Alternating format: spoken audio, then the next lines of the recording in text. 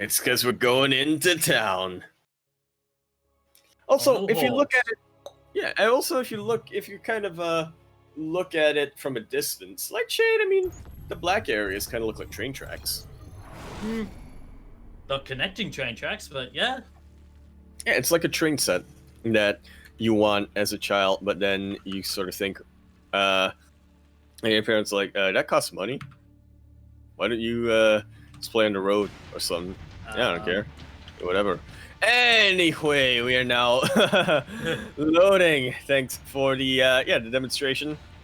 Definitely appreciate that. I think the viewers will appreciate to get the context of what we're talking about. But we are now loading on to Lightshade LE. We're in the top left-hand corner map, spawning all the way into the top left-hand corner. Going for a pool first. In fact, I believe that was a 12 pool now to think about it. He is the Speedy Boy himself, coming down from the land of Brisbane. Representing Downfall Gaming, we have, Oreo. Oreo.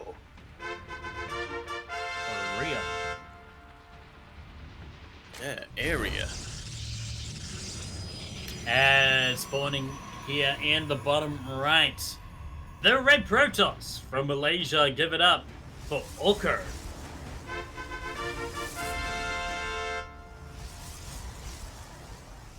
And we got another little tidbit coming out. This is actually Orco's first tournament. Ah. And Oreo kind of throwing him off the deep end here.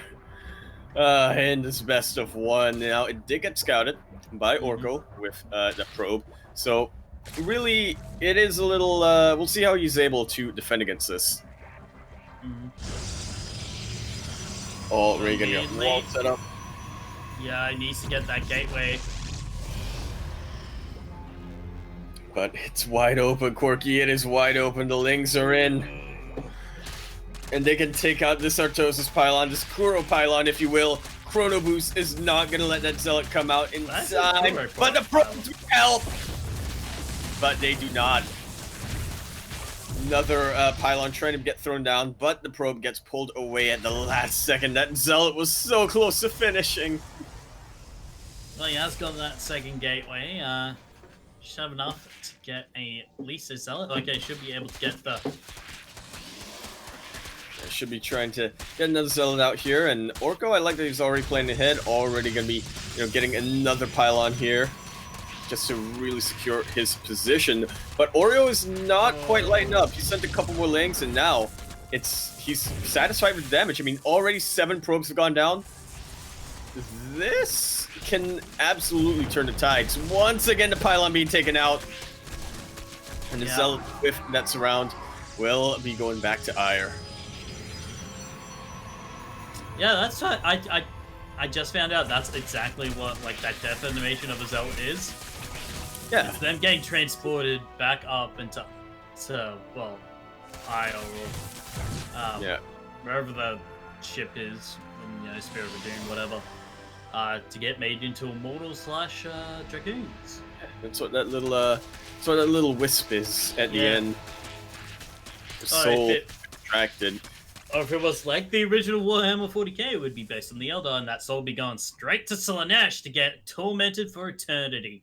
Because the Elder just fucked their entire way to oblivion. True story, look it up. Take that, Borg. I was kind of into that season of Star Trek. But, yeah, I guess our eyes now are going to be mostly focused on it. Is feeling that way if you're Orco, because I don't know, I'm really curious to see how he starts to turn this around. Oreo just has so much of an advantage. Look at the work difference. I think the key thing is that Oreo was not all in whatsoever. He did a lot of damage. He could have gone all in, but instead backed away, got droned up the natural base, got a third base, and he's just perpetually ahead.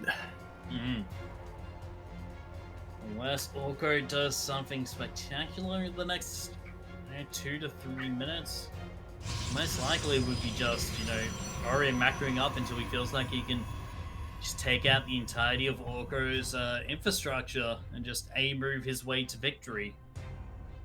Oreo's just gonna go full on turtle style, isn't he? He's just gonna say, "You're not gonna do anything. I'm gonna drone up to 80 drones. I'm gonna max out 200, 200, and then I'm gonna move across the map."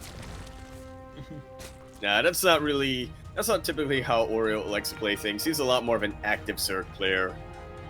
He likes to take the map and the game in his own hands. So we'll see what he throws down. The lair gonna be finishing up. And really, Oreo can go for anything. Whatever he feels like. You know what? What's that one unit that he doesn't use too often but does want to? He can go for that. But instead going to be going for roaches, it seems. Mm-hmm. Standard transition in ZvZ. No bailings from Oreo. Oh, sorry, ZvP. Some reason I was thinking we're still in a ZvZ here. Yeah. Well, it's because Oreo, he moves so fast, it looks like there are two of him.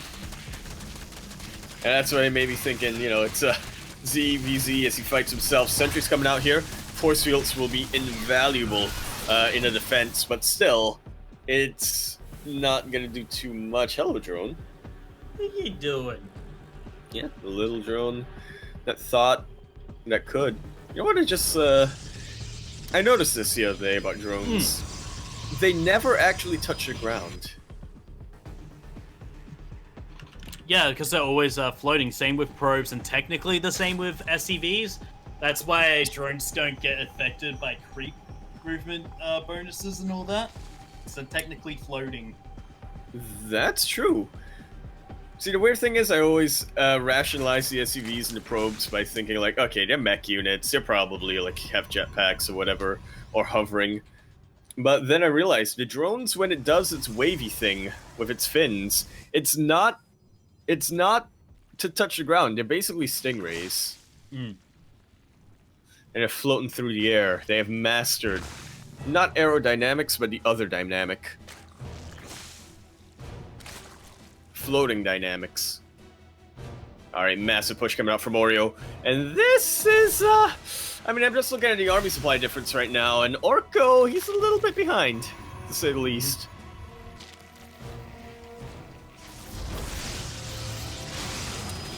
Alright, starting to come in. Force fields are not going to do much of anything. There are just so many Ravagers.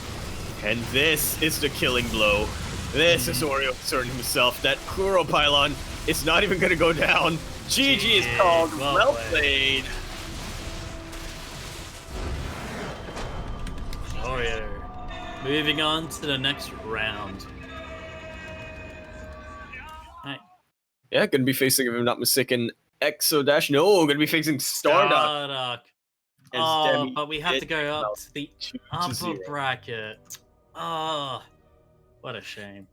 Yeah, best of luck over there to Oreo, as well as the Starduck, to see, you know, how they're going to go. But in the meantime, we will be casting Demi versus Mio Micah. Mm-hmm.